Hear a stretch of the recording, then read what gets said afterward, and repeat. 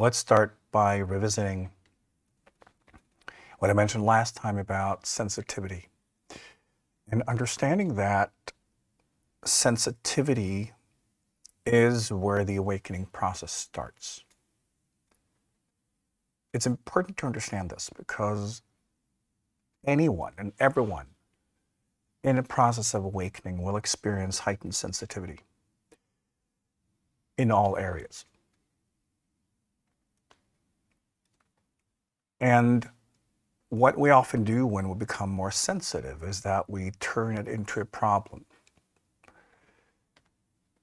It's just like better hearing. Why is that a problem? Seeing better, why is that a problem? It shouldn't be. And yet, when we experience heightened sensitivity, we see that as a problem because we think that the world isn't poisoning us and doing stuff to us. It's the opposite. It's us becoming aware of how we are poisoning the world. And the world is simply reflecting our noise.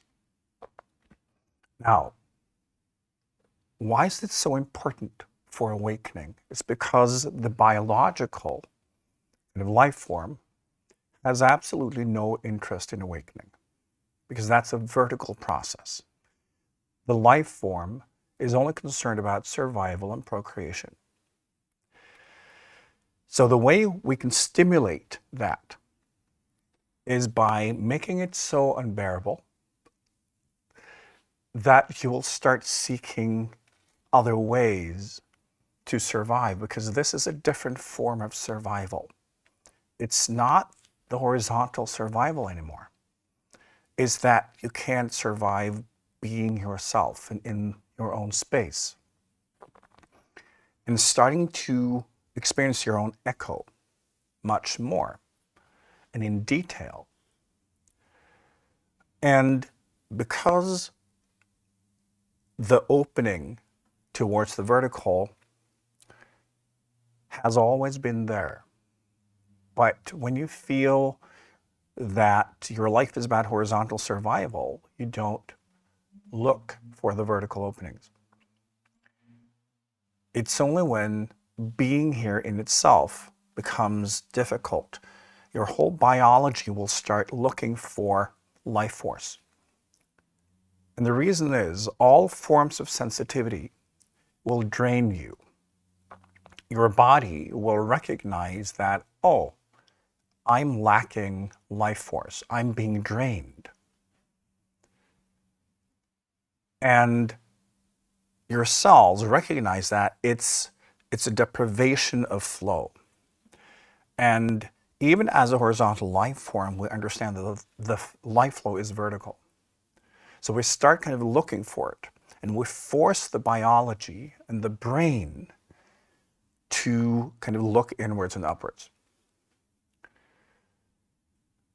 And then you also recognize that, oh, right, these heightened senses can also assist me in knowing when I'm, in a space of alignment and when I'm not.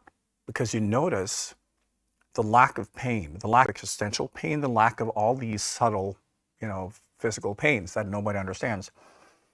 When you are centered, when you are in that vertical flow, it stops. So your brain and your nervous system and your cells will over time understand what this is about. Your sensitivity will never go away. Your noise will. And then you're left with sharper senses. So as you expand, your senses will expand with you. And this is why it's important to find all sorts of balance in micro-balancing, which for normal people can seem strange, something they can't relate to and understand, because you sense things they don't even understand is real. It's not relevant. It's only relevant when you are in the process of awakening. And it's so important to not victimize ourselves. because of sensitivity. And when you look at the modern alternative movement, there's a lot of that, trying to find solutions to the sensitivities. Instead of understanding it's a sharpening of senses. And it's learning not to pollute yourself, learning to be in those points of alignment and sort things out and get really good at it. Because as you grow, your senses will grow with you. And it's not about not being able to live.